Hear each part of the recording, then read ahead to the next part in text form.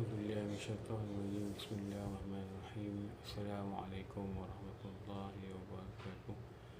الحمد لله رب العالمين، والصلاة والسلام على سيدنا ومولانا محمد وعلى آله وصحبه أجمعين. رب اشرح لي صدري ويسر لي أمري واحلل عقدة من لساني يفقهوا قولي. سبحانك لا علم لنا إلا ما علمتنا إنك أنت العليم الحكيم. لا حول ولا قوة إلا بالله العلي العظيم. لا حول ولا قوة إلا بالله العلي العظيم. لا حول ولا قوة إلا بالله العلي العظيم. Alhamdulillah, kita dapat jumpa lagi pada hari ini. Allah Ta'ala dengan rahmatnya, kasih sayangnya mengizinkan kita masih lagi diberi kita kekuatan dan keizinan untuk kita duduk dan mendengar satu benda yang sangat berharga dalam kehidupan ni. Itulah dikatakan ilmu. Semoga dengan ilmu ni terpandulah kita dalam beramal, terpandulah kita dalam kehidupan, dan kita tidak masuk ke lorong-lorong kesesatan. Semoga dengan ilmu ni dia pandu ibadah kita, dia lebih mengenalkan kita pada cara kita beribadah, dan kita boleh nampak jalan yang jelas dalam menghadapi kehidupan. Yang pasti kehidupan ni penuh dengan liku, yang semua kita tahu dan semua kita faham. Semoga Allah Ta'ala memberi kita tanda yang kita perlu berada dalam kebaikan, dan kebaikan inilah yang dikatakan bila kita memahami akan ilmu. Okey, kita nak sambung kitab Ayuhal Walad yang 2 bulan lalu kita dah habis nasihat yang ke-13, dan sekarang ni kita nak buka nasihat yang ke-14. Kalau dalam kitab tu kita tengok muka surat 43, nasihat yang ke-14 daripada 25 nasihat yang dinukilkan oleh Imam Ghazali. Kita baca sikit matan dulu kitab ni. Nasihat ke-14, wasiat Imam Ash-Shibli. Ini yang hidup di zaman Imam Ghazali. Imam Ash-Shibli ni dia lahir sekitar 240 Hijrah. Dia lahir 240 Hijrah. Imam Ghazali hidup sekitar tahun 500 Hijrah. Jadi Imam Ghazali mengambil perkataan dia dan dinukilkan perkataan ini dan dimasukkan dalam kitab dia.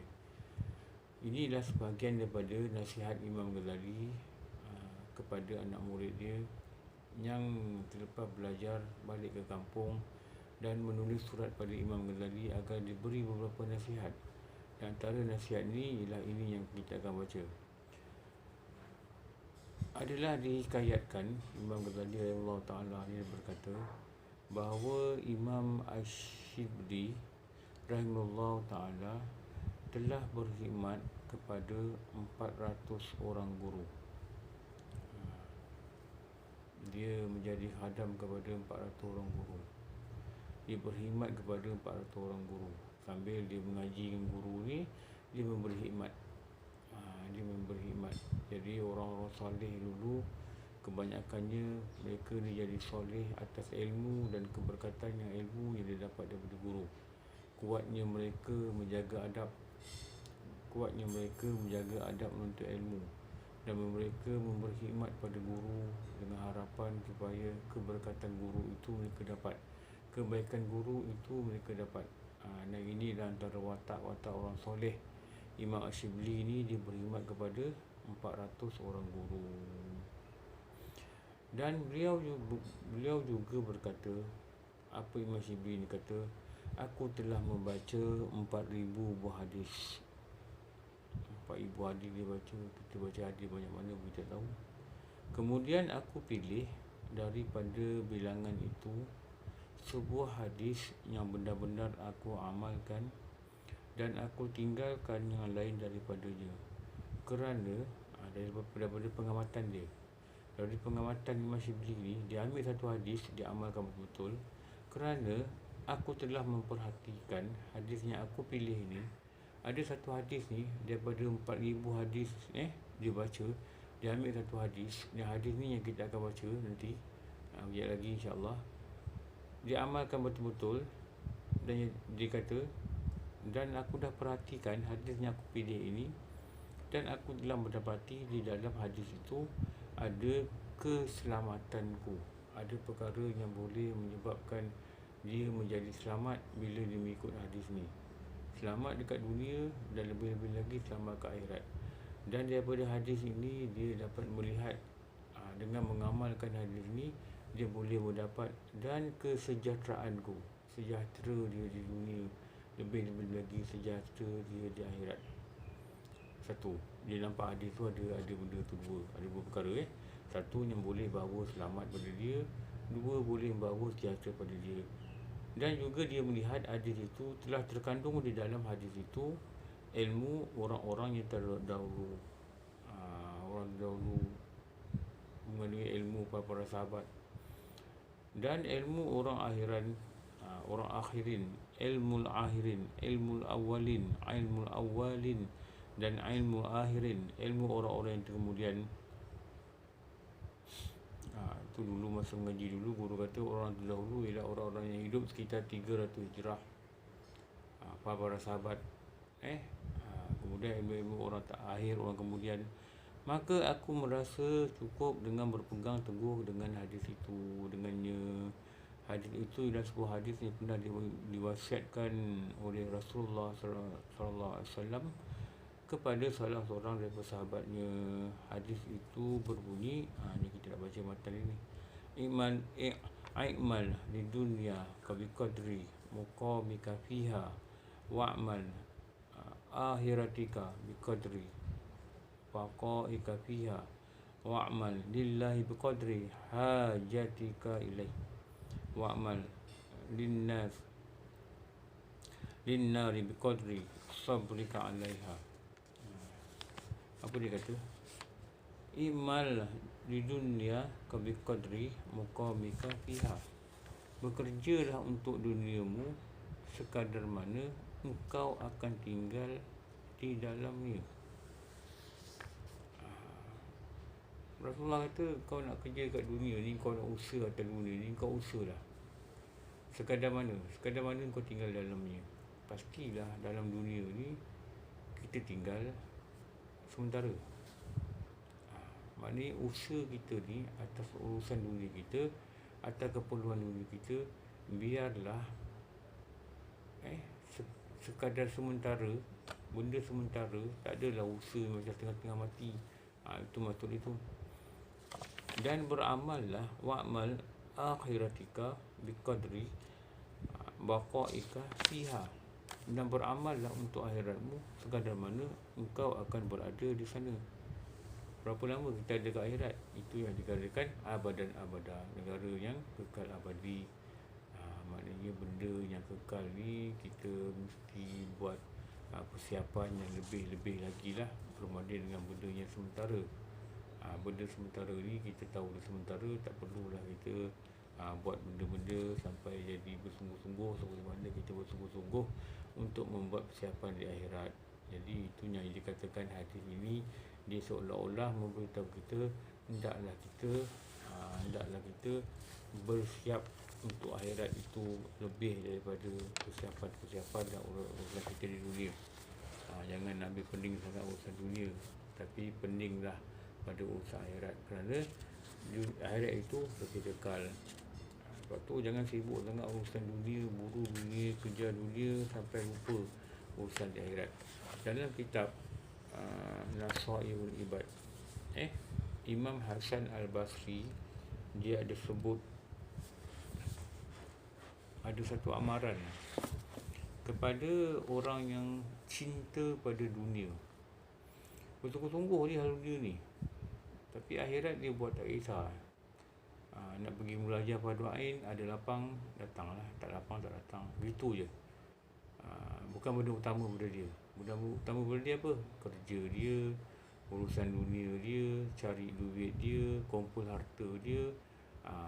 Dia tak sedar dia digelar pemburu dunia. Itu orang memburu, cintai peluang, cari peluang. Itu dia. Ini bahaya. Sebab tu Imam Hasan Al-Basri dia kata apa? Man arada dunya wakhtaraha alal akhirah. Barang siapa yang memburu dunia dan lebih memilihnya daripada akhirat, akabahullah bisittah uqubah. Uqubah. Nescaya Allah akan menghukum dia sittah dengan 6 jenis hukuman. Imam Hasan Al-Basri kata, orang yang buru dunia ni dan keadaan dia memburu dunia ni menampakkan dia memilih dunia lebih daripada kehidupan akhirat. Maknanya usaha di atas dunia ni nampak lebih sungguh-sungguh daripada usaha dia untuk mendapat kesenangan di akhirat, untuk mengumpul bekalan di akhirat. Maka Imam Hasan Al-Basri kata Allah Ta'ala akan hukum dia dengan 6 jenis hukuman. Wasalasun fil akhirah, salasun fid dunya, wasalasun fil akhirah. 6 hukuman ni, 3 nanti ditimpakan di dunia dan 3 nanti salasun fil akhirah, ditimpakan di akhirat. Amma salasul lati hiya fid dunya. Adapun 3 hukuman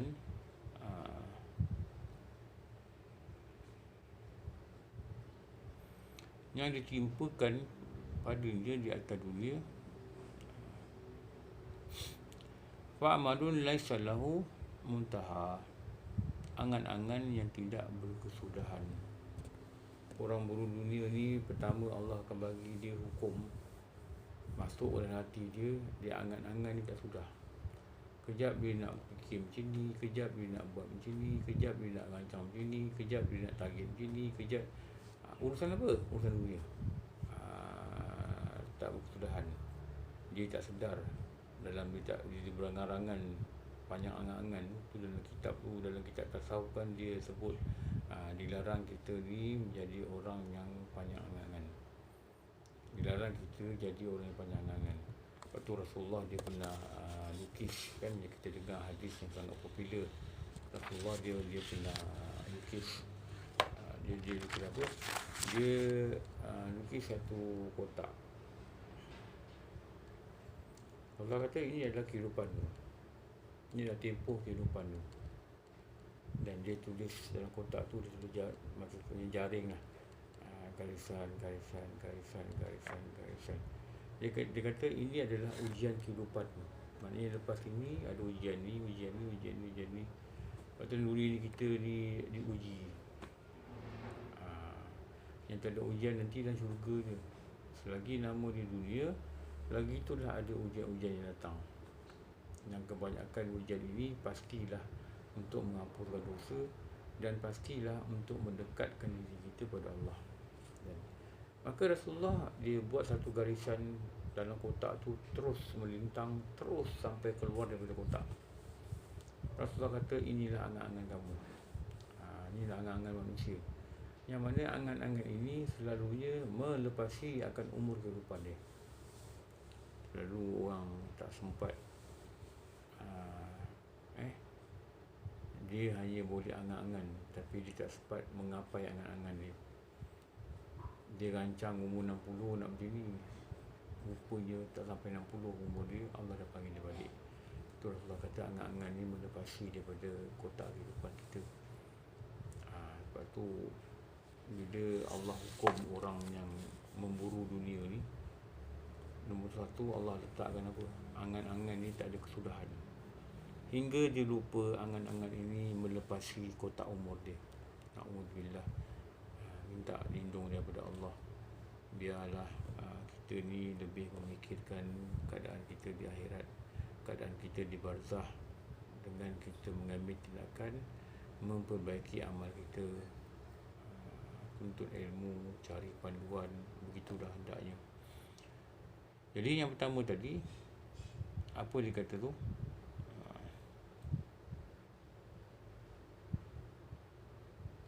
Yang kedua, hukuman di dunia, wahisun walibun laisa lahu qanaah. Diberi pada hatinya sifat rakus yang menguasai dirinya dan dia tidak pernah merasa qanaah. Qanaah ni tak merasa cukup, tak pernah rasa puas. Dijadikan dia memiliki hati orang yang tak puas dengan dunia ni. Dah ada banyak ni duit, nak lagi simpan banyak, nak lagi banyak. Dah ada lagi banyak, dah ada lagi banyak. Dia ada nafsu yang tidak ada qanaah. Lepas tu dia tidak pernah merasa cukup. Bila tak rasa cukup, dia buru lagi, dia buru lagi, dia buru lagi. Hinggalah dia tak sedar dalam dia sibuk memburu, rupanya dia sedang, waktu dia nak pulang hampir, dan paling menakutkan, dia pulang dalam dia masih lebih sibuk memburu dunia dan melupakan segala persiapannya dalam menuju ke akhirat. Ini paling menakutkan. Bila dia buru tu paling takut lagi Allah beri. Dia buru Allah beri, dia buru Allah beri. Rupanya pemberian itu adalah dikatakan istidraj. Apa istidraj? Pemberian daripada Allah yang menyebabkan dia makin jauh daripada Allah. Dia makin jauh daripada rahmat Allah. Itu nama dia istidraj. Jangan kita rasa okey, kita dapat ni, dapat tu, dapat ni, dapat tu. Benda dunia ni kalau nak kata dapat ni, dapat tu, kita tengok orang kafir pun dapat. Orang kafir pun dia lebih kaya daripada kita kalau kita nampak. Kerana apa? Kerana sifat murahnya Allah ni dia beri pada semua. Orang yang sembah berhala pun diberi. Tapi rahim Allah, kasih sayang Allah, bila Allah Ta'ala beri kita iman, beri kita ilmu, beri kita amal. Itu beza tu, sifat rahman dengan sifat rahim.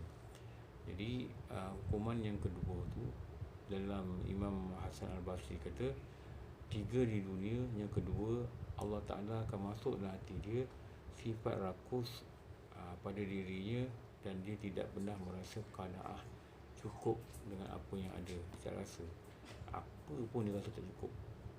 Nombor 3, apa dikatakan nombor 3? Wa uhiza minhu halawatul ibadah.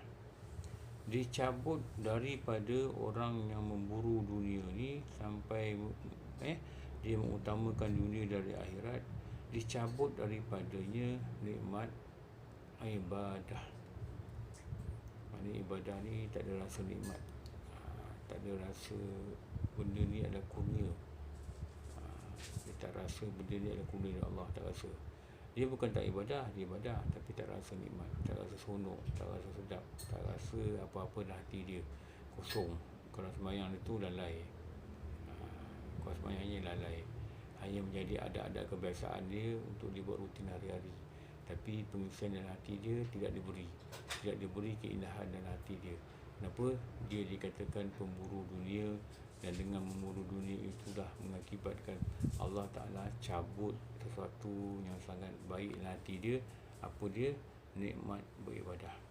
Bila tak rasa nikmat tu, tak dapat buat banyak-banyak. Tapi kalau Allah beri rasa nikmat, dia akan buat dengan rasa seronok. Dia dapat penghayatan daripada ibadah dia dan memberi kesan kepada peribadi dan watak seharian dia. Satu antara bala yang kita takut ni bila Allah cabut nikmat ibadah. Kenapa Allah cabut nikmat ibadah? Antaranya, itu Imam Hasan Basri kata, bila dia menjadi pemburu dunia. Lepas tu hati-hati, ulama-ulama dah beri kita panduan, jangan jadi pemburu dunia.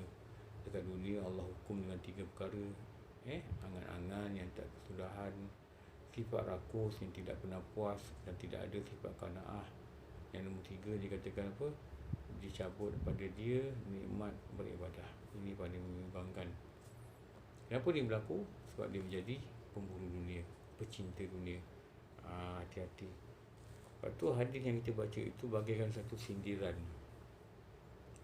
Bagaikan satu sindiran. Engkau bekerjalah untuk dunia, berusahalah untuk dunia, sekadar mana engkau akan tinggal dalamnya.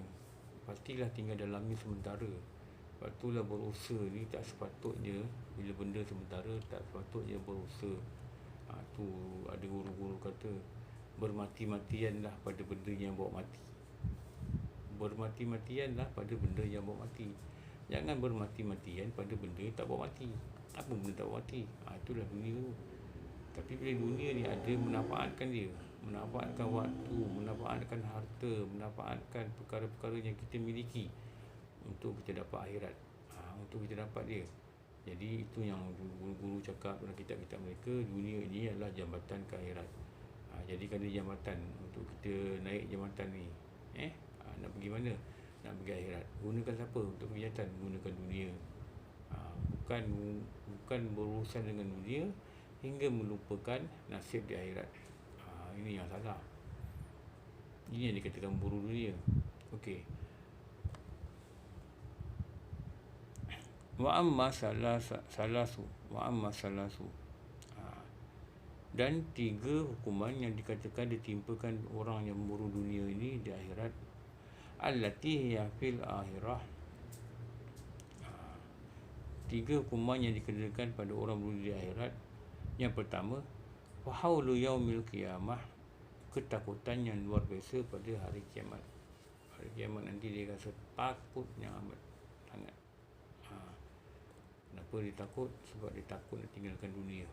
Dia sayang dunia, dia cinta dunia dia. Dia akan rasa takut. Dan nombor 2, wal hisabu syadid. Wal hisabu syadid. Syadid ni berat. Wal hisabu syadid. Perhitungan amal yang sangat berat. Allah jadikan pemburu dunia, orang yang cinta dunia melebihi akhirat ni, adalah dia rasa takutnya amat sangat bila dia mengalami hari kiamat. Lepas tu perhitungan, sebab tu hari kiamat ni dia ada 2. Satu dikatakan kiamat besar, yang hari kiamat yang besar ni bila dunia ini berguncang. Kiamat kecil itu yang dikatakan kematian. Maknanya orang yang tidak melalui hari kiamat besar, dia pasti melalui kiamat kecil. Maka waktu tu diberi dia satu ketakutan yang amat luar biasa. Kenapa dia beri ketakutan? Sebab dia dan hatinya memiliki cinta dunia. Ini Imam Hasan Basri kata. Nanti bila sampai di akhirat, pastinya manusia itu akan dihisap, dikira amal baik dan amal buruknya. Sebab dia ni dulu di dunia adalah seorang pecinta dunia, seorang pemburu dunia. Maka Imam Hasan Basri kata, Allah hukum dia pada mahsyar nanti, dihitung amalan dia dengan amalan yang sangat berat. Dihitung dengan keras. Maknanya dihitung dengan detail. Satu-satu mana dia dapat, apa dia belanja, apa dia buat, satu. Bila hisap itu dihisap dengan berat, maka lamalah dia di padang mahsyar. Tu kita dulu rasanya dekat surau An-Nur ni saya pernah cerita lah. Lama dululah saya pernah cerita. Dalam hadis Rasulullah berkata, menceritakan bagaimana ada 2 orang manusia nanti di padang mahsyar yang dua-dua didapati layak, dan mereka ni berkawan atas muka bumi. Seorang ni orang kaya, seorang ni orang miskin, dan kedua-dua ni didapati layak untuk masuk ke syurga. Jadi ringkas cerita begitulah. Maka kedua-dua dipimpin oleh malaikat untuk masuk syurga. Tetapi orang yang miskin ini dia masuk terus, sedangkan orang yang kaya ini dia ditarik semula ke tengah padang mahsyar. Maka orang miskin ini dia mendapati kawan dia yang kaya ni tak masuk-masuk. Dia tunggu kat pintu syurga, tak masuk-masuk. Akhirnya dia pun menikmatilah segala nikmat yang ada dalam syurga. Setelah lama ditunggu kawan dia, baru dia tengok kawan dia masuk. Maka berkatalah orang yang miskin ini kepada kawannya yang kaya, yang sama-sama beramal atas muka bumi. Dia kata, aku hampir-hampir rasa engkau tidak jadi masuk syurga kerana lamanya aku menunggu engkau. Apa terjadi pada kamu? Dalam bahasa yang mudah saya faham, saya ulah. Apa jadi pada kamu? Maka lelaki yang kaya ini berkata, semasa aku dibawa di pintu syurga, tiba-tiba aku ditarik semula untuk dihisap di tengah-tengah padang mahsyar. Maka bertanya kawan dia yang miskin yang masuk syurga dulu ni, kenapa engkau dihisap? Kerana aku memiliki harta yang banyak. Teruk ke engkau dihisap? Dia kata, aku dihisap di tengah-tengah padang mahsyar sehingga berpeluh-peluh badanku, dan turunlah meleleh peluh daripada badanku, dan banyaknya peluh yang meleleh daripada badanku. Orang dia kata, kalau 100 ekor unta yang beri makanan yang masin, dan minum air peluh, maka unta ini akan kenyang. Rasulullah sebutlah hadis itu. Unta ni dia punya minum banyak, bukan sikit. 100 ekor unta boleh minum peluh dia, dan unta ni boleh kenyang. Dia menceritakan berapa lama dan berapa teruknya dia dihisap. Walaupun akhirnya dia masuk syurga, dia dihisap. Kerana apa? Dia di dunia memiliki harta yang banyak. Bukan salah memiliki harta yang banyak, tapi jangan lupa pada bersedekah dan pada berinfak pada mereka-mereka daripada yang memerlukan. Tu dikatakan dihitungkan amal dia dengan sangat berat. Siapa ni? Pemburu dunia yang melebihkan kehidupan dunia daripada kehidupan akhirat. Itu ulama-ulama pesan ni. Ini Imam Hasan Al-Basri ni dia hidup zaman Sayyidina Ali. Dia tak jumpa Rasulullah, dia hidup zaman Sayyidina Ali. Dia pesan begitu. Dan hukuman yang ketiga, wal hasratut tawilah,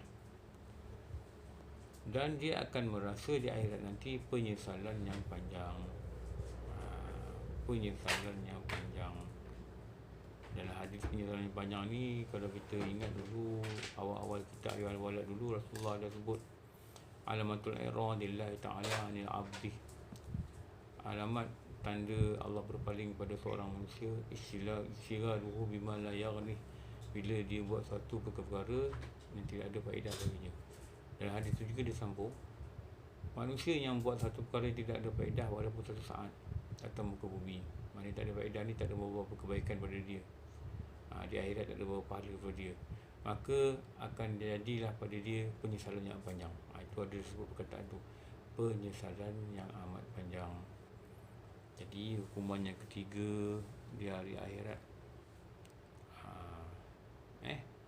di hari akhirat, hukuman yang ketiga yang diberi, satu tadi kita kata apa, dia akan mengalami ketakutan yang luar biasa apabila dia menghadapi hari kiamat.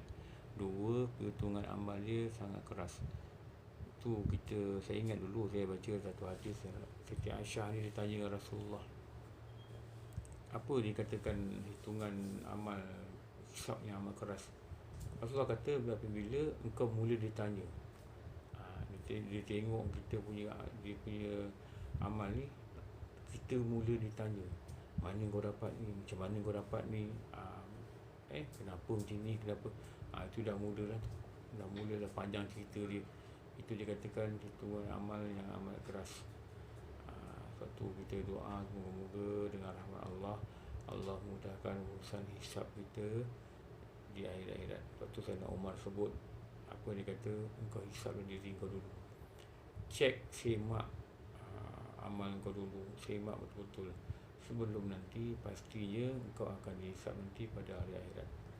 Sekarang ni apa-apa buku amal kita semak, tengok macam mana amal kita betul tak betul, fardu ain kita lengkap tak lengkap, belajar tak belajar, faham tak faham, berapa banyak masa kita luangkan untuk mengaji, untuk beramal, dan bagaimana kehidupan kita, bagaimana pekerjaan kita, bagaimana sumber pendapatan kita, itu semua kita kena hisap dulu.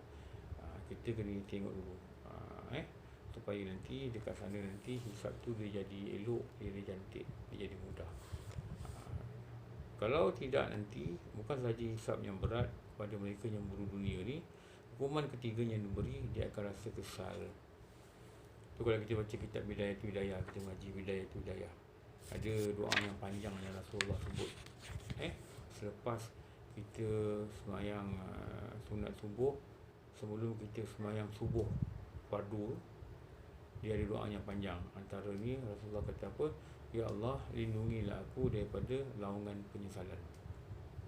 Maknanya orang menyesal nanti dia melaung-laung, dia menjerit. Kenapa? Kerana kesal yang tidak sudah. Rasulullah minta lindung. Maknanya janganlah jadi kita orang yang menyesal yang amat sangat. Menyesal yang amat sangat. Jadi dekat dalam ni, antara orang yang dikatakan menyesal yang amat sangat itu, apabila dia berusaha atas dunia ni, atau urusan dunia ni, keperluan dunia ni, bukan tak boleh berusaha, boleh berusaha sehingga melebihi akan persiapan dia, melebihi urusan dia untuk selamat di akhirat. Itu dikatakan 6 hukuman bagi pecinta dunia. Tu kalau kita baca perkataan dia. Dan tadi kita baca, barang siapa yang memburu kesenangan dunia, lebih memilihnya daripada akhirat. Bukan tak boleh buru, jangan sampai lebih daripada akhirat. Sedangkan akhirat itu kekal. Dunia ni pastinya kita faham sementara. Pastinya kita faham sementara. Lepas tu Rasulullah kata, kau nak kerja atas dunia ni, kau kerjalah sekadar mana kau tinggal dalamnya. Pastilah tak lama, yang kita pun tak tahu berapa lama. Dan beramallah untuk akhiratmu sekadar mana engkau akan berada di sana. Okey, nanti kita sambung. Hari ini dia disambungkan lagi. Dan beramallah kerana Allah sekadar mana engkau berhajat padanya, dan buatlah sebarang amalan yang akan masuk engkau ke dalam api neraka, sekadar mana engkau sabar menahan siksanya. Pasti ya, tak sabar, pasti tak tahan, pasti tak tanggung. Na'udzubillah. Allahumma ajirna minan nar. Yang kita baca tu, kita baca lepas sembahyang, Allahumma ajirna minan nar. Bila baca tu hayati ya Allah, lepaskan aku, selamatkan aku daripada api neraka. Mohon pada dia, lepaskan, selamatkan daripada api neraka. Okey, nanti kita sambung lagi insya-Allah di lain kali. Mungkin sambungan cara macam ni, atau kita jumpa di surau ke macam mana, tengoklah nanti keadaan macam mana. Kita sambung pada nasihat yang ke-14, pasal yang kedua, hadis yang disebutkan oleh Imam Ash-Shibli. Apa hadis yang dikatakan dia beramal dengan dia berpegang sungguh-sungguh dengannya, kerana dia nampak hadis ini membawa kesejahteraan dan keselamatan, dan terkandung ilmu-ilmu orang yang awal dan orang-orang yang akhir di dalamnya. Semoga Allah merahmati pertemuan ini dan diberi kita faham pada segala yang kita dengar, dan dengan rahmat juga diberi kita panduan untuk kehidupan ini. Sekian, cukuplah pada kali ini. Moga-moga Allah merahmati kita. Wabillahi wallahu a'lam. Assalamualaikum warahmatullahi wabarakatuh.